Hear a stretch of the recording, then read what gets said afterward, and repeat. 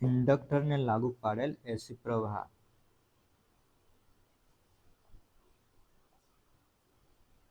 એસી સ્ત્રોત અને એની સાથે આ ઇન્ડક્ટર.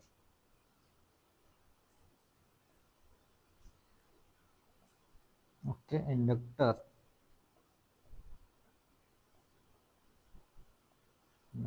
એસી સ્ત્રોત જોડેલો છે માત્ર ઇન્ડક્ટર સાથે.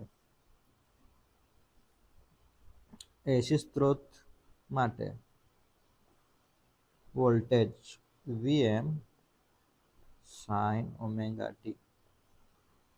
સાઇન વિધિ અનુસાર વોલ્ટેજ બદલાય છે. ઇન્ડક્ટર માટે ખબર છે -L di dt. આત્મા પ્રેરિત કોઇલ એનું પ્રેરિત EMF આટલું હોય છે. ઓકે, કિર્ચોફના બંધ ગાળાના નિયમ પરથી બંધ પરિપથમાં કુલ વિદ્યુત સ્થિતિમાનનો સરવાળો શૂન્ય થવો જોઈએ. બંધ પરિપથમાં કુલ વિદ્યુત સ્થિતિમાનનો સરવાળો શૂન્ય થવો જોઈએ. ઓકે, તો કિર્ચોફનો બંધ ગાળાનો નિયમ આપણે યુઝ કરીએ તો આ પ્રમાણે આપણને રિલેશન મળશે. Vm sin omega T -L di by dt is equal to 0. હવે એસી સ્ત્રોત છે એનો વોલ્ટેજ આપણને ખબર પડી ગયો છે, આયરો છે.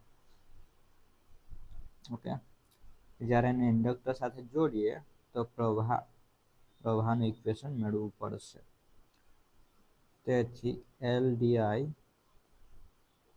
dt બરાબર થશે Vm sin omega t.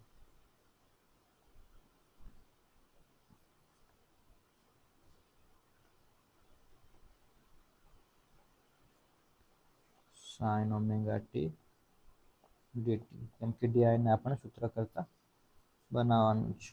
Okay, સંકલન કરતા di Vm L sin omega t dt. di નું સંકલન થશે I, Vm અને L અચળ છે એને બહાર કાઢી લઈએ. sin omega t dt Vm L. Sine નું થશે માઇનસ કોસ ઓમેગા ટી અને ઓમેગા ટી નું થશે ઓમેગા છેદમાં આ પ્રમાણે. તો minus V maximum voltage omega L cos omega t. Okay, આ કરંટ માટે ફોર્મ્યુલા છે. એનું મોડિફાઈ સ્વરૂપ આપણે લખીએ તો માઇનસ કોસ ઓમેગા ટી બરાબર આપણે લખી શકીએ sine omega T minus pi by 2. આ ત્રિકોણમિતિનું એક ફોર્મ્યુલા છે. તેથી Vm omega L minus cos omega ટીની જગ્યાએ sine omega T minus pi by 2. Okay,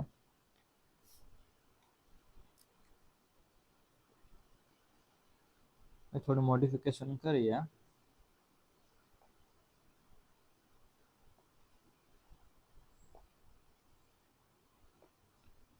તો I બરાબર Vm છેદમાં omega L sine omega T minus pi by 2. Okay, હવે અહીંયા Im મેક્સિમમ પ્રવાહ માટેનું ફોર્મ્યુલા થશે. ઓકે, જ્યાં ઓમેગા એલ એને કહેવાય છે XL, ઇન્ડક્ટિવ રિએક્ટન્સ. બરાબર, એટલે આ છે કોનો? ઇન્ડક્ટરનો અવરોધ. સામાન્ય ભાષામાં ઇન્ડક્ટરનો અવરોધ. તો I બરાબર Im sin omega T minus pi by. બરાબર, આ વોલ્ટેજનું ફોર્મ્યુલા આવી ગયું છે. પહેલું જે ફોર્મ્યુલા છે આ એ વોલ્ટેજનું છે, સોરી આ કોનું છે? કરંટ માટેનું ફોર્મ્યુલા છે. ઓકે, હવે બંને વચ્ચેનો સંબંધ જોઈએ. V sin omega T. આ બંને ફોર્મ્યુલા પરથી ખબર પડશે કે વોલ્ટેજ કરતા કરંટ પાઈ બાય 2 જેટલું કળામાં પાછળ છે. એટલે આપણે લખી શકીએ માત્ર ઇન્ડક્ટર ધરાવતા પરિપથમાં પ્રવાહ એ વોલ્ટેજ કરતા પાઈ બાય 2 જેટલું પાછળ હોય છે. ઓકે,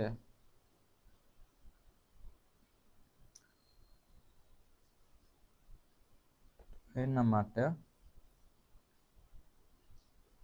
ગ્રાફ લઈએ.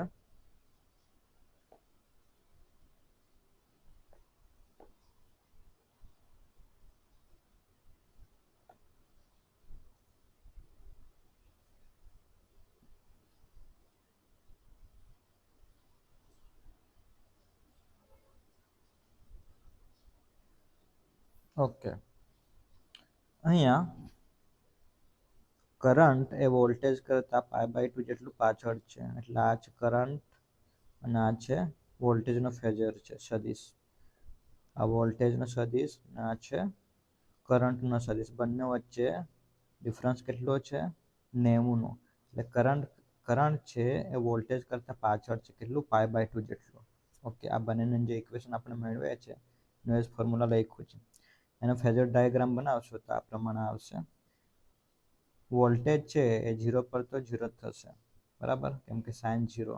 પછી આ પ્રમાણે વધે છે જ્યારે કરંટ એ 0 થતું નથી 0 પર. કેમ? આ જો ઓમેગા ટી આ 0 થઈ જાય તો આ શું રહેશે? Minus pi by 2. Minus pi by 2 એટલે અહીંયાથી સ્ટાર્ટ થશે. કેમ? સાઇન 90 કેટલા થાય છે?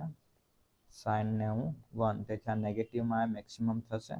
એટલે બંને વચ્ચે ડિફરન્સ છે પાઈ બાય 2 જેટલું. બરાબર, આનો તફાવત આટલો રહેશે.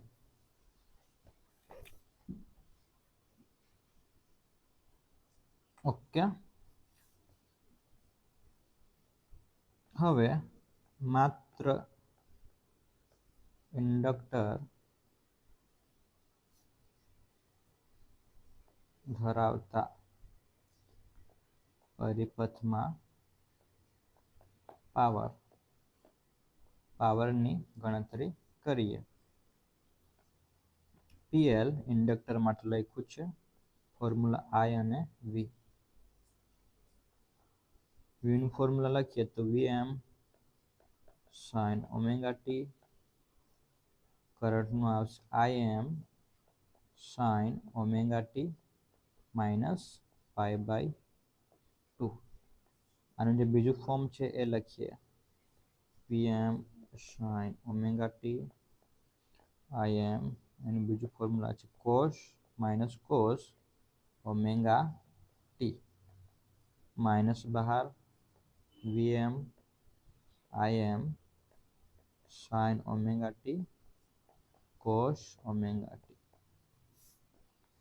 ત્રિકોણમિતિનું એક રિલેશન યુઝ કરીએ તો sin 2 થીટા બરાબર થાય છે sin theta 2 sin theta into cos theta. Okay, આ ફોર્મ્યુલા યુઝ કરીએ તો અહીંયા ઉપર નીચે 2 વડે ગુણાકાર કરવો પડશે.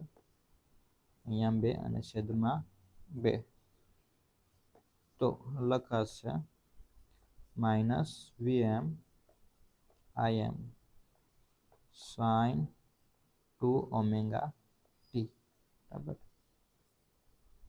આ ઇન્ડક્ટરમાં વ્યય થતો પાવરનું ફોર્મ્યુલા છે. નાયરું છેદમાં 2 બાકી છે. ઇન્ડક્ટરમાં વ્યય થતો પાવર, ઇન્ડક્ટરમાં વ્યય થતો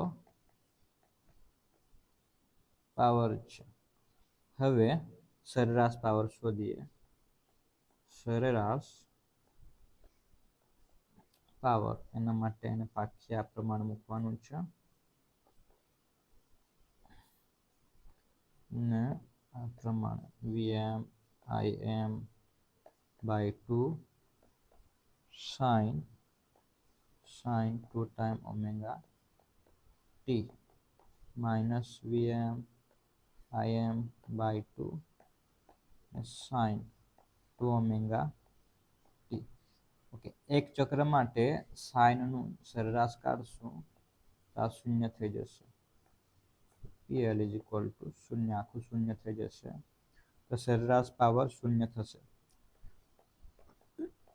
સરેરાશ વ્યય થતો પાવર શૂન્ય થઈ જાય છે. કયામાં? માત્ર ઇન્ડક્ટરમાં, માત્ર ઇન્ડક્ટર ધરાવતા પરિપથમાં.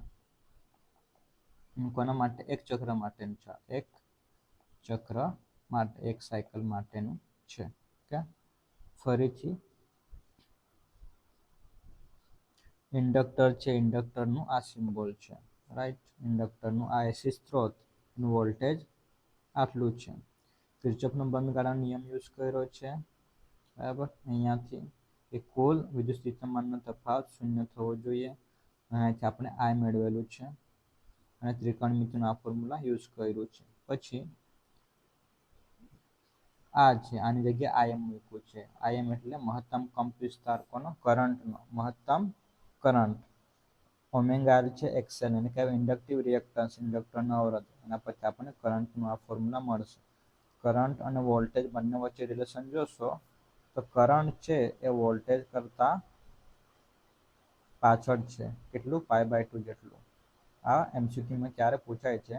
માત્ર ઇન્ડક્ટર ધરાવતા પરિપથમાં વોલ્ટેજ પ્રવાહ એ વોલ્ટેજ કરતા π/2 જેટલું પાછળ છે. એનો આ ફેઝર ડાયાગ્રામ છે. સેમન છે, કરંટ π/2 જેટલું પાછળ છે. એટલે કે જ્યારે આ શૂન્ય થાય છે વોલ્ટેજ, ત્યારે કરંટ નેગેટિવમાં મેક્સિમમ થાય છે.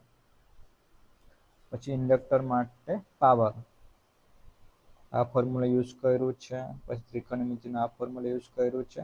આ એક રિલેશન મળશે. સરેરાશ પાવર થઈ જશે શૂન્ય.